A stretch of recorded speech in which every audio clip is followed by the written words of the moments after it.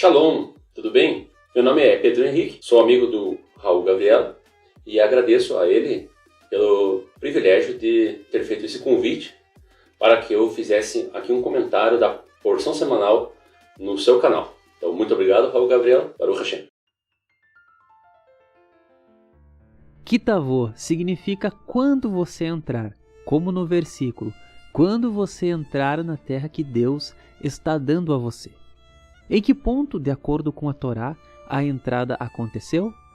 Nós podemos afirmar que tão logo uma pessoa coloca sua mão em um quarto, ela de fato entrou nele? Ou ela deve colocar a maior parte do seu corpo dentro do quarto? Ou só pode ser dito que ela entrou quando seu corpo inteiro estiver dentro do cômodo? Similarmente, em que ponto foi considerado que a nação entrou na terra? Quando as primeiras pessoas chegaram? Ou todas elas vieram e se estabeleceram antes de podermos dizer que elas realmente entraram? O Talmud responde: uma entrada parcial não é considerada entrada. Da mesma forma, Rashi explica no começo da nossa paraxá que quando vocês entrarem na terra, se refere a quando eles conquistaram a terra e a dividiram. Isto nos ensina uma lição importante para a vida diária, que nós devemos entrar totalmente com todo o coração em tudo que fazemos para Deus. Quando uma pessoa emerge completamente em tudo que ela faz, não ocorre apenas uma melhora quantitativa em suas ações, mas uma mudança qualitativa que afeta radicalmente a maneira como ela está envolvida.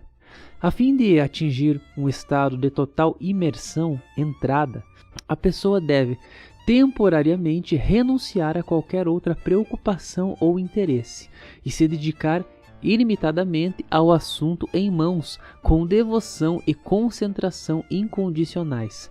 Ela deve se entregar, não permitindo que nenhuma inclinação pessoal interfira na pureza deste ato.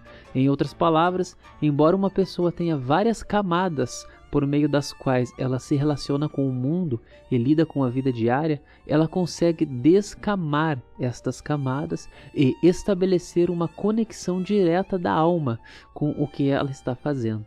Se ela for bem-sucedida em fazer isto, então ela e sua ação tornar-se-ão uma entidade indistinguível. E esta é a lição da Paraxá Kitavô. Nós devemos entrar em cada mitzvah que realizamos e em cada ato com o qual servimos a Deus. Então, a nossa observância dos mandamentos de Deus tornar-se-á viva, literalmente.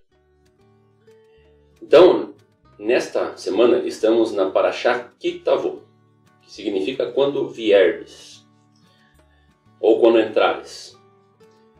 Nesta Paraxá, há uma instrução que Moisés dá para o povo de Israel, para a geração que está para entrar na terra de Canaã, que quando eles entrassem, eles proferissem bênçãos sobre o monte Gerizim e maldições sobre o monte Ebal.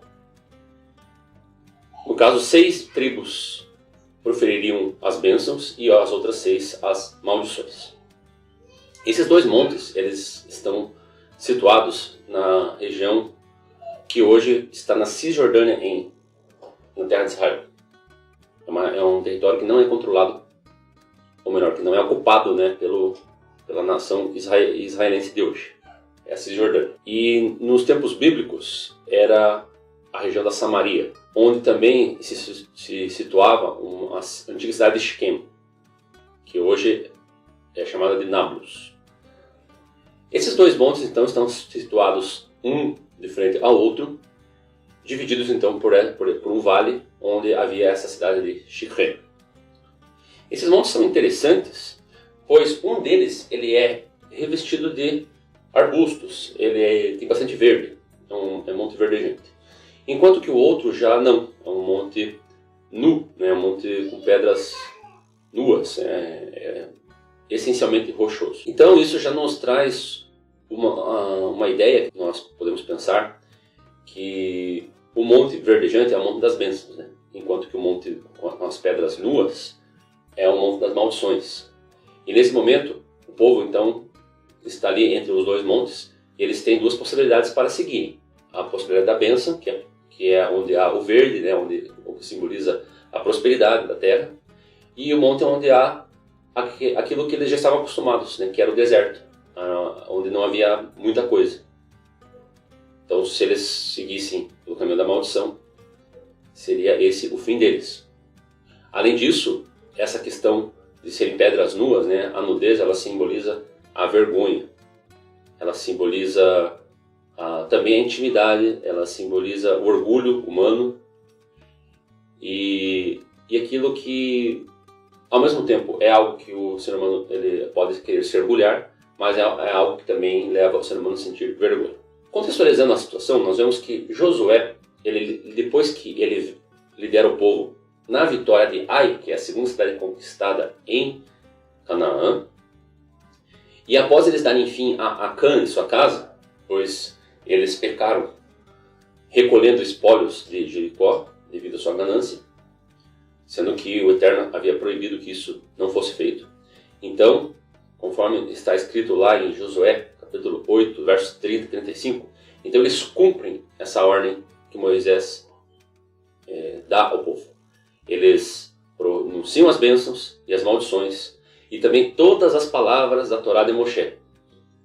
Dessa forma, também emulando uma experiência similar à qual a primeira geração teve no Sinai, já que a segunda geração não teve essa mesma experiência.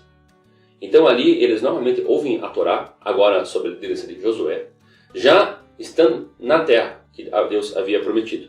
De modo que isso é uma espécie de uma confirmação da aliança, após eles terem conquistado de fato a terra. O Monte Gerizim é o monte no qual os judeus, após voltarem do exílio, na verdade os samaritanos, eles constroem ali um templo.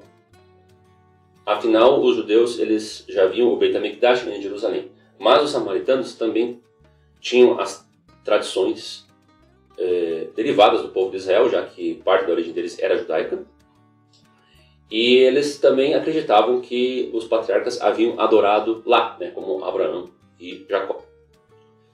E nós vemos que o Monte Ebal era um monte em que Josué ofereceu os sacrifícios, no altar de pedras brutas, que é o Monte das Maldições. E aqui temos algumas implicações interessantes. Nós vemos que no futuro Yeshua vai até um poço na Samaria e conversa com uma mulher samaritana. Depois de convencê-la de que ele era um profeta, devido a ele ao fato de ele saber algumas coisas sobre a vida dela, que era impossível que qualquer pessoa aleatória soubesse, então ele fala a ela o seguinte, ou melhor, ela fala a ele primeiro: agora eu sei que o Senhor é um profeta. Os nossos antepassados adoravam a Deus neste monte, que é o Monte Gerizim. Mas vocês, judeus, dizem que Jerusalém é o lugar onde devemos adorá-lo. E então, Yeshua responde: mulher, creia no que eu digo. Chegará o tempo em que ninguém vai adorar a Deus, nem neste monte, nem em Jerusalém. Vocês, samaritanos, não sabem o que adoram, mas nós sabemos o que adoramos porque a salvação vem dos judeus. Mas virá o tempo, e de fato já chegou, em que os verdadeiros adoradores vão adorar o Pai em espírito e em verdade, pois são esses que o Pai quer que o adorem. Deus é espírito, e por isso os que o adoram devem adorá-lo em espírito e em verdade.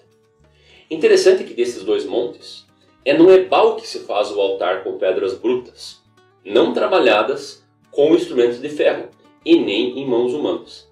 Além disso, ali também foram talhadas as cópias do livro da lei. Por que no Monte da Maldição, o Ebal, e não no Monte da Bênção, o Gerizim, isso foi feito? Então, muitos pensam que a Torá é a maldição após a vinda de Yeshua, e que fomos libertos dessa maldição da lei para sermos livres. Mas o fato é que não fomos libertos da lei que é a maldição, mas da maldição da lei. Nós temos que entender que a lei, quando obedecida, ela resulta em bênção. Mas quando nós não obedecemos, resulta em maldição. Então, esse vínculo acontecia com o povo de Israel. Tanto é que eles foram grandemente amaldiçoados, né? Sofreram muitos males por não obedecerem à lei. Mas a lei em si não é maldição. Isso que nós temos que entender a crucial diferença. Quando nós somos libertos por intermédio de Yeshua, essas maldições, pela nossa inépcia, pela nossa ineficácia em conseguir cumprir os mandamentos, ela é retirada de modo que, num nível maior, nós não somos rejeitados por Deus, ainda que nós não consigamos cumprir toda a Torá e todos os mandamentos.